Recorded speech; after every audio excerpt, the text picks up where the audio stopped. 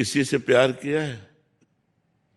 सच्चा सच्चा प्यार किए होते तो प्रश्न ही ना आता।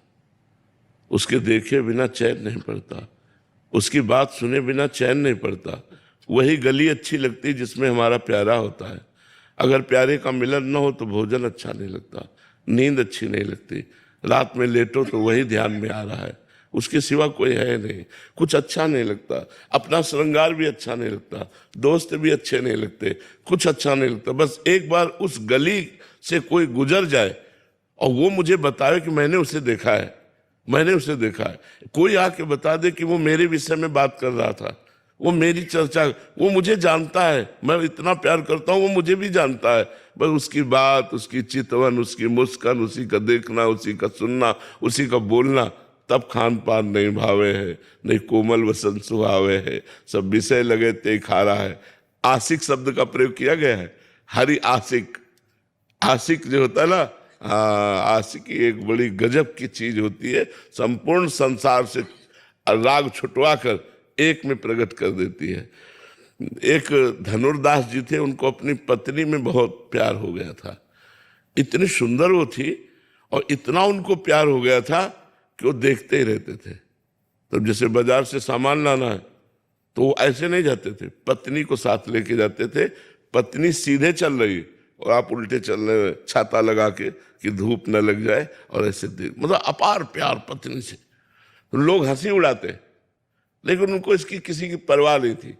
रंगनाथ जी के आचार्य को उनके शिष्यों ने बताया कि आज हमने बाजार में एक आदमी ऐसा देखा जो अपनी पत्नी पर इतना आसक्त है कि वो ऐसे बैग चल रहा है, वो बैग चल रहा है, पत्नी सामने से आ रही है, वो छाता लगाए से।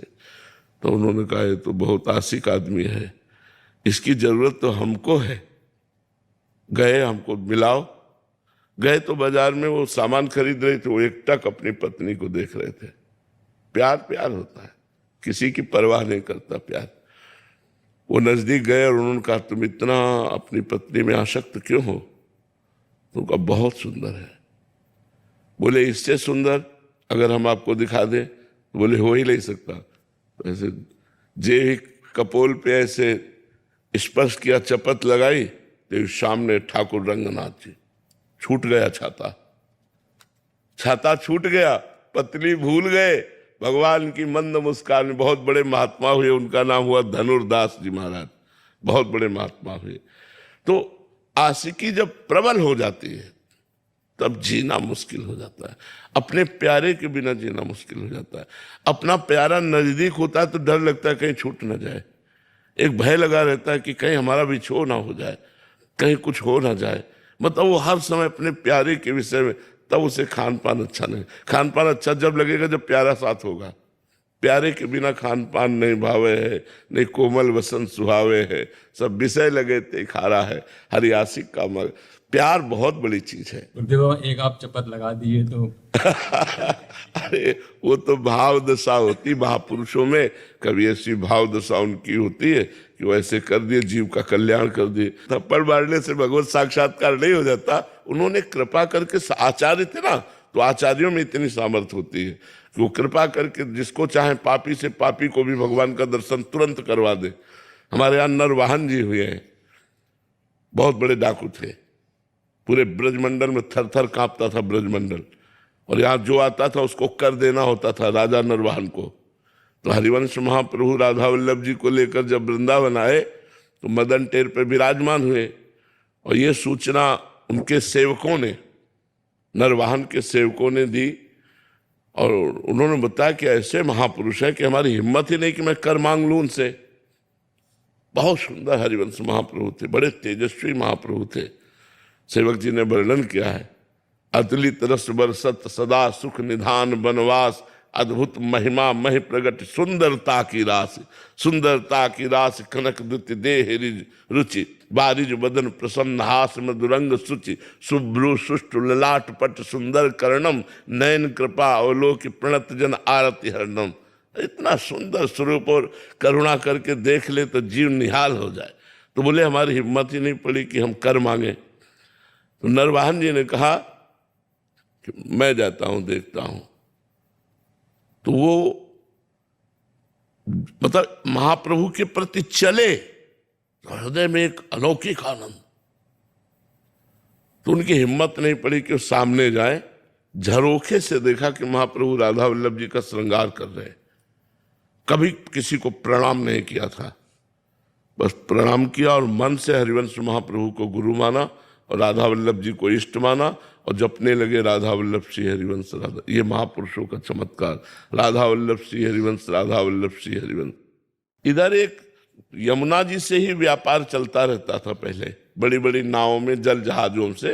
तो यमुना जी से एक व्यापारी जा रहा था, जैनी, करोड़ों असरफियों का व्यापारी था वो, स्वर्ण आदि का सब।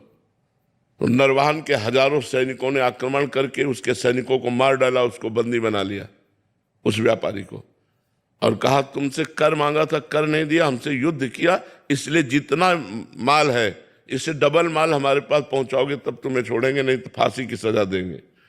और उसको जेल में बंद कर दिया। और उसने कहा इतना हम कहाँ से लाएं, जितना ये है इसी व्यापार, ये मूलधन है, अब इसी से तो हम अपना काम चलाते थे, हम कहाँ से लाएं। तो निश्चित की गई कल फांसी की सजा होगी उसकी। नरवाहन जी इन सबसे अलग होकर एकांत में राधा वल्लभ श्री हरिवंश, राधा वल्लभ श्री हरिवंश।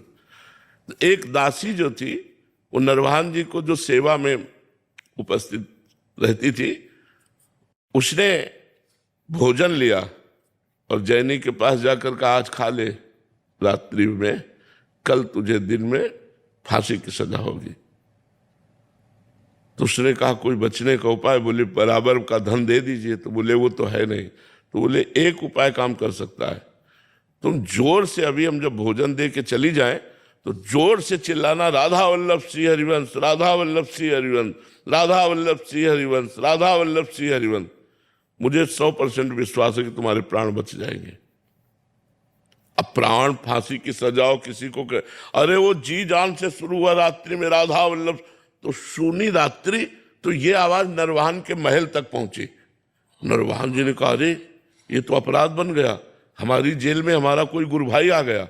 वो तुरंत आए और आकर के चरणों में प्रणाम किया और कहा क्षमा करो, मुझे पता नहीं था आप हमारे गुरु जी से दीक्षित है।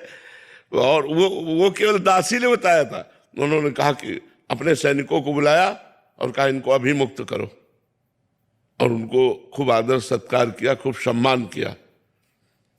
उस जैनी ने विचार किया कि जिनके नाम के बल से मुझे प्राण बख्शे गए और सारी संपत्ति मिल गई, जहां फांसी मिलनी थी वहां मुझे सम्मान मिला, मैं एक बार चल के दर्शन तो करूं।